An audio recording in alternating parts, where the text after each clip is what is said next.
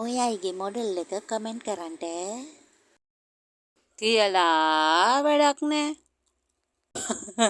ලොකු කම්මට කිව්වට පහුවෙනිදත් බැලෙනවා. මගේ ඉතරි දන්න එපා. දෙයක් පටන් ගත්තා නම් අවසාන වෙනකන් කරන්න ඕනේ.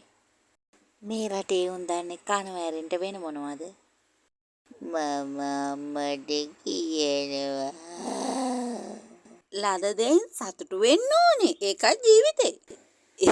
උන් රඟපාන්නේ බං පිසුදුඹට. අද නම් හොඳට නින්ද යයි.